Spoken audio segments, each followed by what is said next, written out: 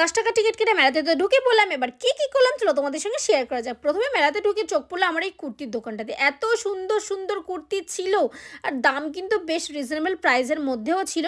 তারপরে একটু বালা দেখছিলাম আর একটু ক্লিপ দেখছিলাম, যেটা সবারই নেশা আর কি। আমাদের মেয়ে মানুষ দোকানে দাঁড়াবো না এরকম কোনো ব্যাপার হয় না। তারপরে একটু ফুলের দোকানে গেলাম, কারণ ফুল তো প্রিয় সবারই।